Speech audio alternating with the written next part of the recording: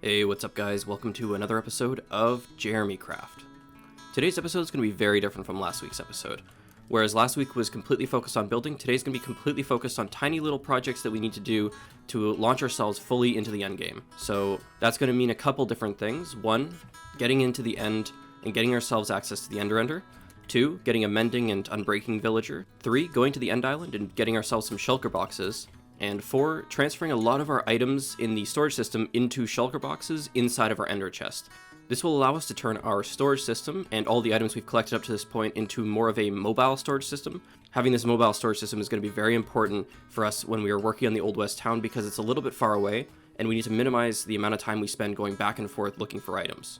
So I'm going to spend today hopping around to a lot of different projects and I'll give you guys updates whenever progress is made.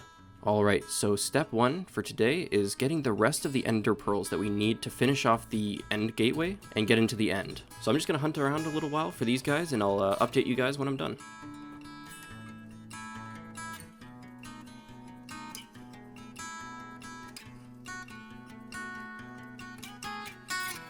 Alrighty, we are in the stronghold. I haven't looked at the number of eyes and I'm kind of hoping I didn't do the math wrong in my head. Oh, we only needed 4?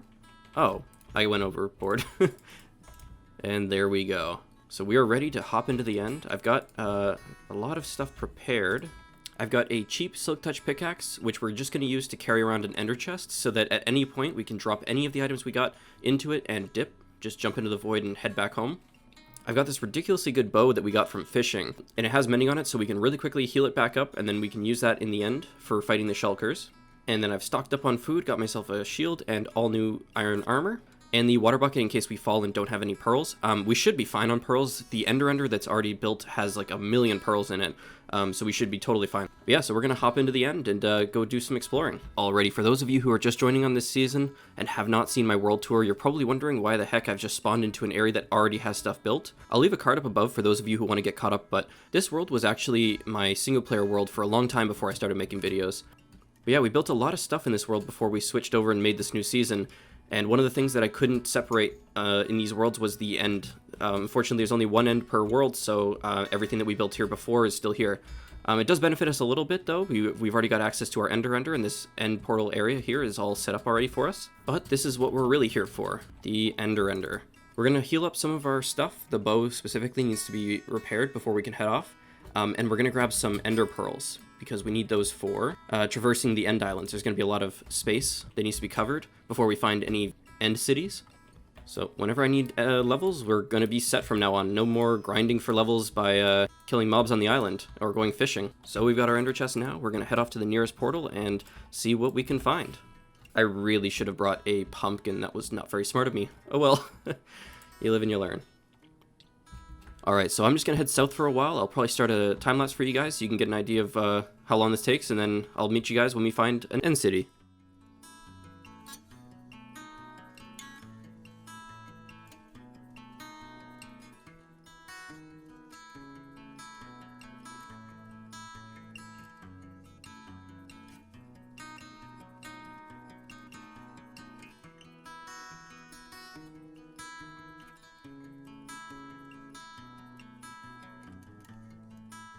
Guess what has just popped into view? That's right, we got an end city. And best of all, this one has a ship, which is what we're actually after.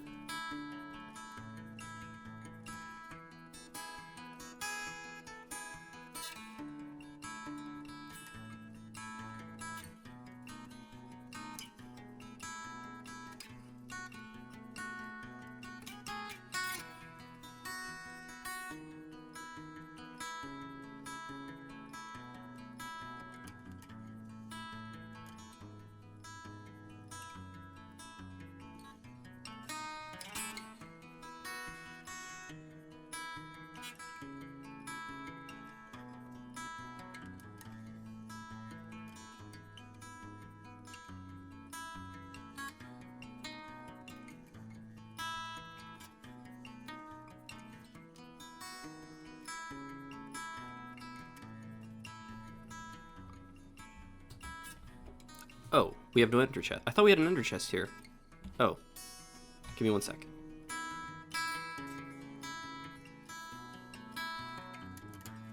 Alrighty, so this is the stuff we dropped in the ender chest before we went. I was not very smart. I forgot to bring a crafting table, so I couldn't turn these chests and shulkers into shulker boxes as we went, which is the original plan, because then you can, you know, have an insane amount of storage for loot. But luckily, this is all we really got, so we didn't have to throw anything valuable away. And in fact, we might as well turn these into shulker boxes right away. Look at that, 7. Another thing that was pretty stupid of me, let's see if I can find it. Yeah, the bow. I forgot that you can't have mending and infinity on the same bow, and for some reason in my head, I just assumed I had infinity on this bow. So I brought a single arrow, fired it at a shulker, and then just realized I had nothing else to attack them with, so that's why I didn't really attack any of the shulkers that we found.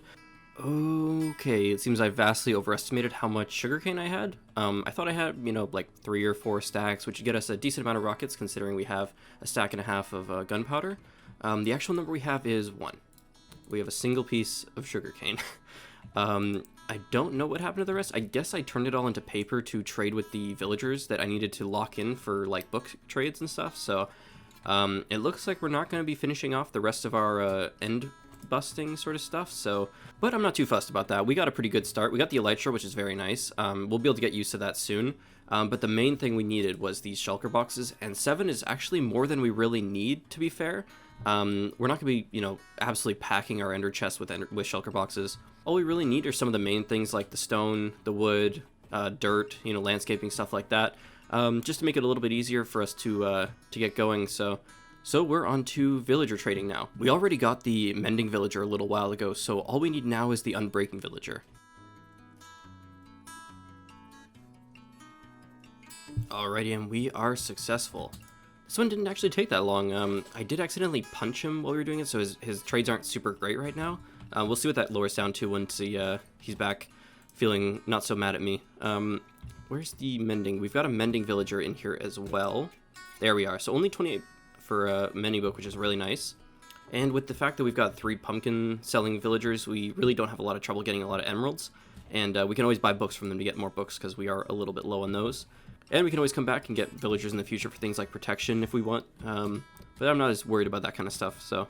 Alrighty guys, we are back at the Ender. Time to make our final set of tools. So I've got this shulker box here with all the books we're going to need and a bunch of axes that we can combine. And a couple bows that we're going to try and turn into a really nice bow. The shovels here are to clear the enchantments out of the enchanting table. So if we put the bow in and we don't get infinity, we'll put one of these in, enchant at level 1, try the bow again, rinse and repeat.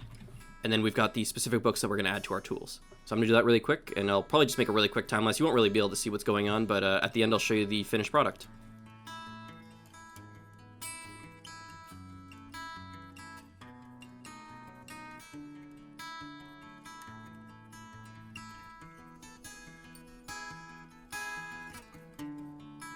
Alrighty, we are done with enchanting. Done for now, at least. We got mending and unbreaking on all of our tools, and we've got a mending and unbreaking elytra, and we got infinity on our bow. Look at how many shovels it took to get mending through the enchanting setup over there.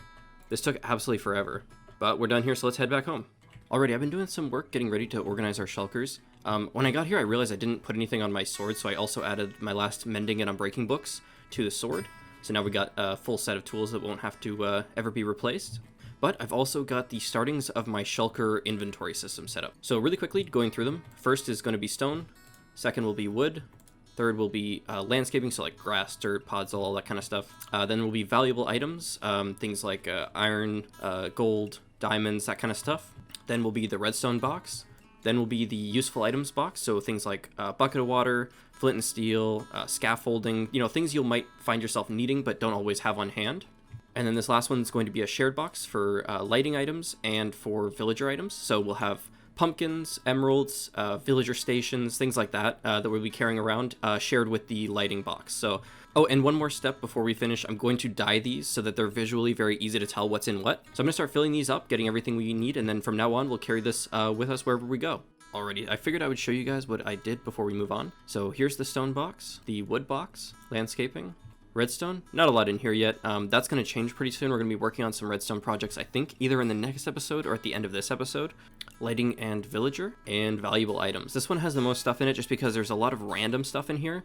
I tried to fill this with anything you might accidentally realize you need for a crafting recipe or while you're out. So things like hose, you might not need that, but you might want to clear some trees, or you know, get some saplings. Eyes of Ender and Obsidian for making Ender chests. You get the idea. So that's the kind of stuff that I put in here. But yeah, now that it's all organized, I'm going to be able to move along with our next few projects much more efficiently.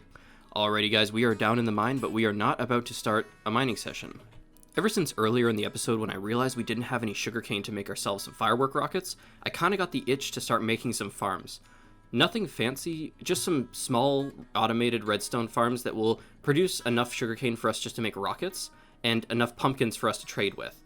The reason I'm down here in the mine is because I was looking for an area underground out of sight where I could build these farms. I realized that we kind of have a perfect place down here. There is a ravine right here, so we can't go too far in this direction, but we've got a ton of space over here. So we can clear this space out and just get to work on building these farms.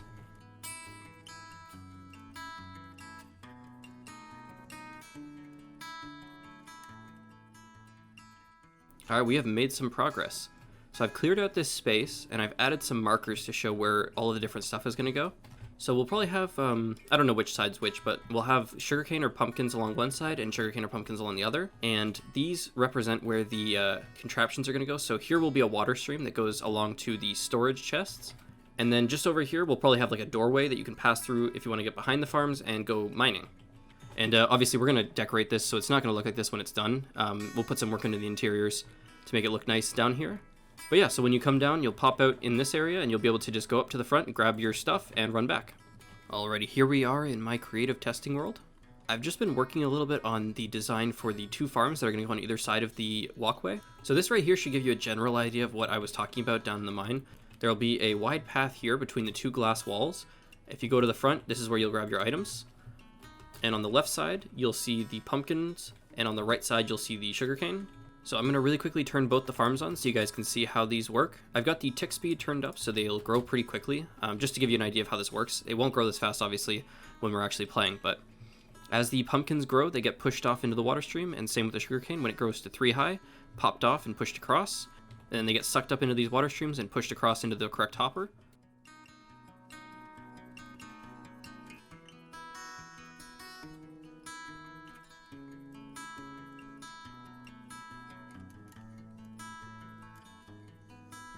And we are done. This took quite a while for such a small amount of redstone and stuff, but the material gathering and the clearing and everything took a little bit longer than I expected it to. Overall, though, I'm pretty happy with how this all turned out. We've got the sugarcane on this side. When it grows 3 tall, the whole line gets knocked off into the water. And same with the pumpkins. When one of them grows, all of the pumpkins get knocked off. It's working already, and once we start AFKing up there, or even just working on the island in general while this runs in the background, we're going to get a pretty decent stockpile, so this all works pretty well.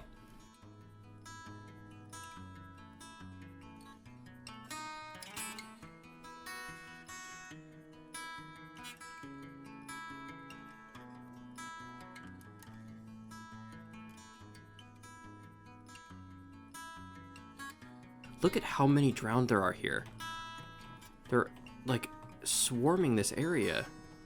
I can count something like 20 in my field of view right now. While I'm talking, though, I might as well explain what I was just doing. Way off in the distance there, I just built a platform 128 blocks in the sky that is going to be the basis for my creeper farm. I'm really in a farm building mood today, I don't know why, but I think it'll be good because if we can get a solid source of gunpowder, now that we have that farm down there for sugarcane, we can basically use our elytra whenever we want.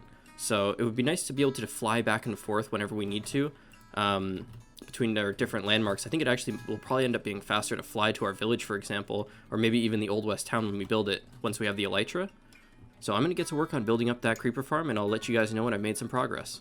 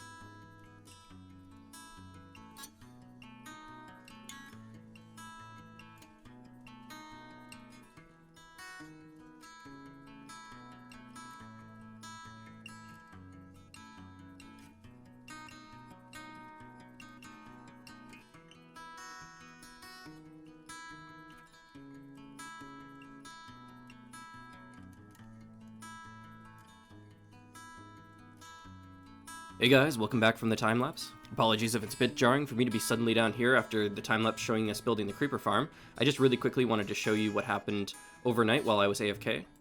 So we've got a very decent supply now of pumpkins and sugarcane. But back to here, we are done the creeper farm. I paid some extra care to make sure that the outside of the walls all had some varied textures to make it a little bit less repetitive, since there were such big flat surfaces. And I think that turned out really great. You can see here one of the main problems with this farm that I'm not really sure how to deal with yet, which is that this is not a 100% creeper farm. Occasionally on some of the edges, and I'll show it in the video as I'm speaking, the zombies and skeletons can still spawn, so we're going to run into some issues where some enchanted skeletons like this are just surviving the falls. So in the future, if this becomes a super problem, I'm going to try and figure out a way to limit those spawns as well. Maybe just put some carpets down in those specific spots, but we'll figure it out in the future. But for the most part, this thing's working amazingly well. We got a lot more done today than I was expecting. Ton of farms that I didn't even know we were going to build today. Today's original plan was just to go to the end and get some shulker boxes and, you know, clean up some projects before we headed off to the Old West town. So the fact that we got so much done is really exciting to me. I'm super happy with how everything went today, but I think we're going to wrap it up here. Thank you so much for watching. As always, if you have any questions or suggestions for things you'd like to see us build in this Let's Play series, please feel free to comment. That aside, thank you so much for watching and have a wonderful day.